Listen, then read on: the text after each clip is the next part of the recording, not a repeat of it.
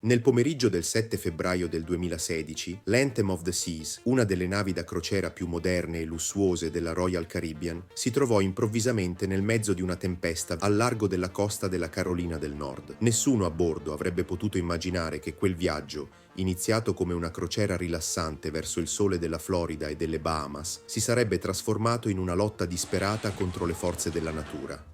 Varata nell'aprile del 2015 dai prestigiosi cantieri Meyer Werft in Germania, l'Anthem of the Seas ha operato su numerose tratte internazionali fin dal suo debutto. Inizialmente impiegata per crociere nel nord Europa con partenza da Southampton, ha successivamente effettuato itinerari nei Caraibi e nelle Bahamas, con partenze da Cape Liberty, New Jersey. Le sue crociere variavano da viaggi brevi di 3 giorni fino a itinerari più lunghi di 2 settimane. L'Anthem of the Seas rappresentava una delle navi più innovative della sua generazione, con una lunghezza di 348 metri, una larghezza di 41,4 metri e una stazza lorda di 168.666 tonnellate. Era progettata per affrontare anche le condizioni più avverse. A bordo viaggiavano oltre 6.000 persone tra passeggeri ed equipaggio, rendendola una delle navi da crociera più grandi del mondo. Per garantire il massimo comfort durante la navigazione, la nave era dotata di 4 stabilizzatori retrattili che riducevano il rollio anche nelle acque più turbolente, migliorando significativamente la stabilità anche in condizioni meteorologiche avverse. Questi stabilizzatori, uniti alla progettazione avanzata dello scafo, garantivano una navigazione fluida e riducevano il disagio per i passeggeri a bordo. Gli interni, pensati per offrire un'esperienza di lusso ai passeggeri,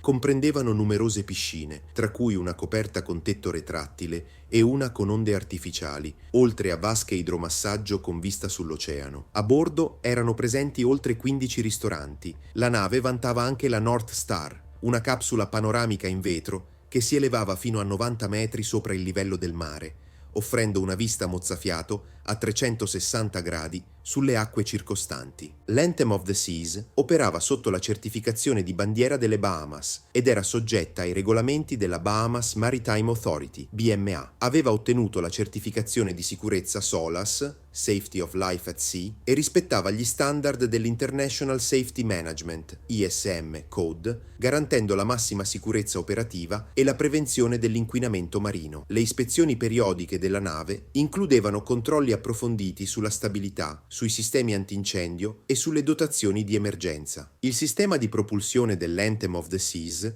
era considerato all'avanguardia. La nave era equipaggiata con 2 potenti sistemi di propulsione Azipod ABB-XO 2300 che le garantivano un'eccezionale manovrabilità e una velocità massima di 22 nodi. Gli Azipod, montati esternamente allo scafo e capaci di ruotare a 360 gradi, offrivano un controllo estremamente preciso, eliminando la necessità di timoni tradizionali. Tuttavia, come si sarebbe scoperto più avanti, il sistema, sebbene tecnologicamente avanzato, presentava alcune vulnerabilità sotto condizioni di stress estremo. Durante la tempesta, entrambi i sistemi di propulsione furono sottoposti a forti sollecitazioni, causando ripetuti sovraccarichi e malfunzionamenti. Le improvvise perdite di coppia causarono arresti del sistema e riduzione della potenza di spinta, compromettendo la capacità della nave di manovrare efficacemente. Le onde alte fino a 15 metri provocarono inoltre la ventilazione dell'elica, un fenomeno in cui l'aria viene aspirata nell'elica stessa, riducendo l'efficienza della propulsione e aumentando lo stress sui sistemi di trasmissione. Nel tardo pomeriggio, le condizioni atmosferiche peggiorarono rapidamente. Durante la tempesta, il capitano Klaus Andersen mantenne costanti comunicazioni con la Guardia Costiera degli Stati Uniti. Alle 19:30,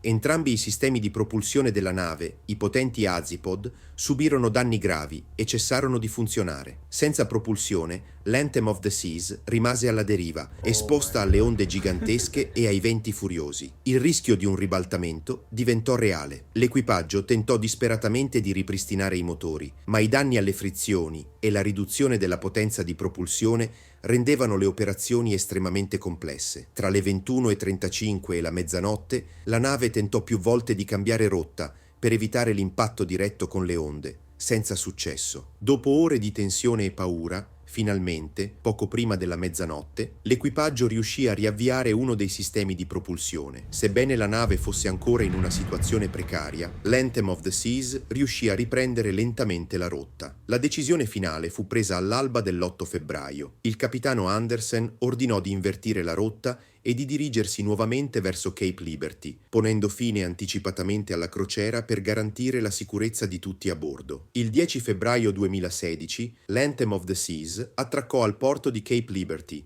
Bayonne, New Jersey, dopo aver affrontato una violenta tempesta. Al suo arrivo, la nave fu accolta da autorità locali, media e familiari dei passeggeri, tutti ansiosi di riabbracciare i propri cari e di ascoltare le testimonianze sull'accaduto. I passeggeri, visibilmente provati dall'esperienza, hanno descritto momenti di terrore durante la tempesta. Nonostante i danni materiali e lo shock subito, non furono riportate gravi ferite tra i passeggeri e l'equipaggio. Royal Caribbean offrì un rimborso completo e uno sconto del 50% su future crociere come gesto di scusa per l'incidente. Questo evento ha sollevato interrogativi sulla gestione delle emergenze in mare e sulla capacità delle moderne navi da crociera di affrontare eventi meteorologici estremi. La tecnologia avanzata e le procedure di sicurezza sono davvero sufficienti per proteggere migliaia di persone a bordo? E fino a che punto le compagnie di navigazione dovrebbero spingersi per garantire una maggiore sicurezza? Domande che, ancora oggi, restano aperte e lasciano spazio a molte riflessioni. Ma la vera domanda è questa: quanto possono spingersi oltre le compagnie, prima che il profitto si trasformi in tragedia? Grazie di aver visto questo video. Ti ricordo che i video del nostro canale Incredibili Eventi escono ogni mercoledì e venerdì alle ore 15. Iscriviti al nostro canale per non perderti le nuove uscite. Grazie e a presto.